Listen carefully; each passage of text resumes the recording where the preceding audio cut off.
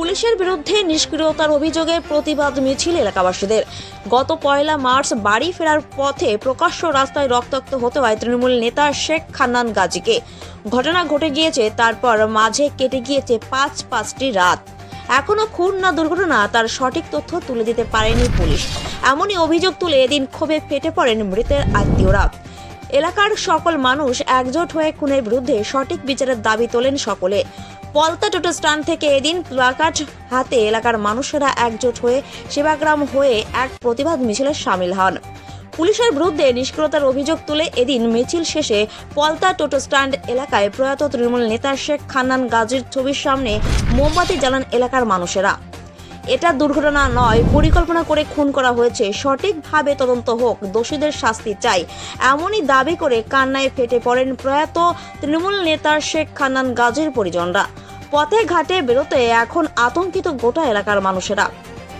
কারো কাছে তিনি বন্ধু হিসেবে সহায় হতেন, আবার কারো কাছে তিনি মুশকিল আসান ছিলেন।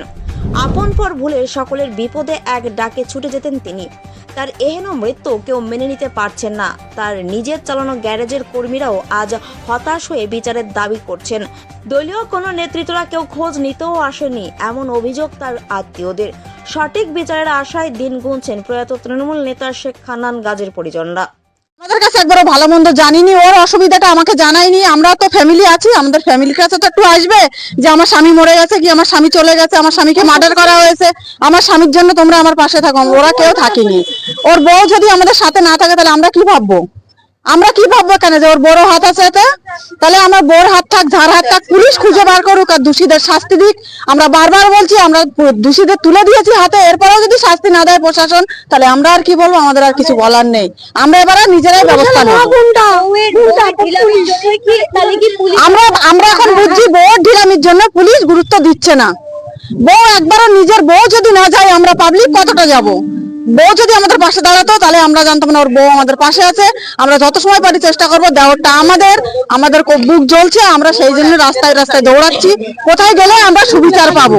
সুবিচার আমাদের কেউ দিচ্ছে না, কোনো প্রশাসন, কোনো আইন, কোনো নেতা, কোনো মন্ত্রী আমাদের পাশে এসে কেউ দাঁড়াচ্ছে না। আমরা একা একাই ছুটছি রাস্তায় রাস্তায়। এখন আমরা কোথায় যাব না যাবো আমরা বুঝতে পারছি না। অ্যাক্সিডেন্ট বলে চালিয়ে দিচ্ছে, আমরা জানছি এটা মার্ডার। এখনো বলছি মার্ডার, শুরু থেকেও বলছি মার্ডার, শেষ অবধি বলবো মার্ডার। প্রচুর এই এতগুলো লোক আছে, কেউ যদি বলতে পারে ওই কাজটা খারাপ করে গেছে, তাদের জুতো আমার মুখ।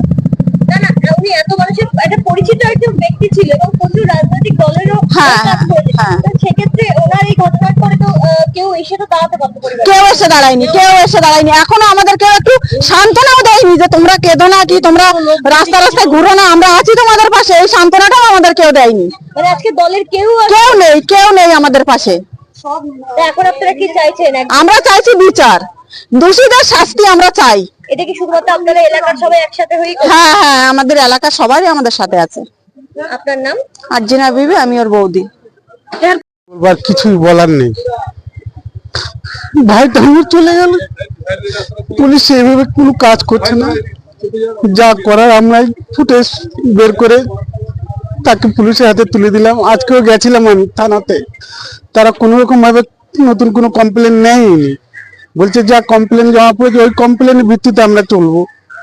আমি আর কি বলবো, আমার কিছু না, কোনো তদন্ত হচ্ছে না। এমনি তিনজনকে তুলেছে, তার সেই তিনজনকে আমরাই উঠিয়েছি। পুলিশ কোনো না, সেটা প্রশাসন করেনি, সেটা আমাদেরকে করতে হয়েছে। কেন পুলিশের উপর আমরা ভরসা করতে পারছি না? আজকে আমার হয়েছে, কালকে আরেকজনের হবে।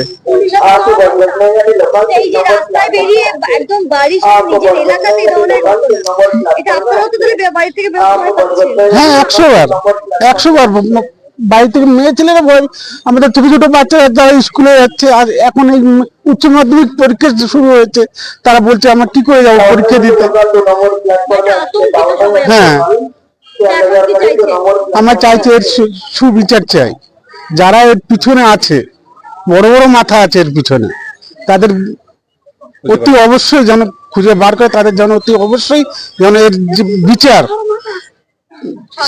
সেই শাস্তিটা আমরা চাই।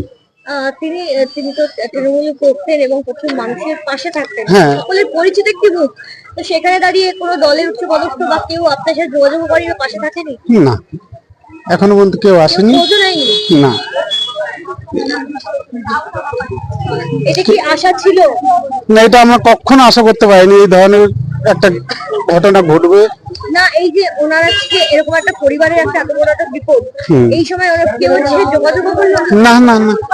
এবং ওর যে স্ত্রী, ওই সেও পর্যন্ত আজ পর্যন্ত, আজকের দিন পর্যন্ত এখনো পর্যন্ত আসেনি। আজকে যে এত বড়, তারাই করছে। হ্যাঁ, তারা তাদের কি বক্তব্য এখন তারা নিজেরাই জানে। তারা দিব্যি ঘুরছে ফিরছে, তাদের কোনো সত্তাপ নেই যে ওনার স্বামী যে অ্যাক্সিডেন্ট হয়েছে, মার্ডার হয়েছে, সেই বলে ওদের কোনো সত্তাপ নেই। যেহেতু আমার ভাই, এখন সত্তাপ আমাকেই করতে হচ্ছে এখন। আপনার নাম? আমার নাম সাজান গাজী, কি হন আপনি? ওনার বর্দা আমি।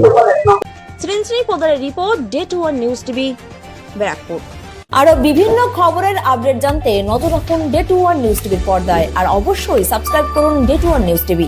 আপনাদের একটি সাবস্ক্রিপশন আমাদের কাছে অত্যন্ত মূল্যবান। ধন্যবাদ।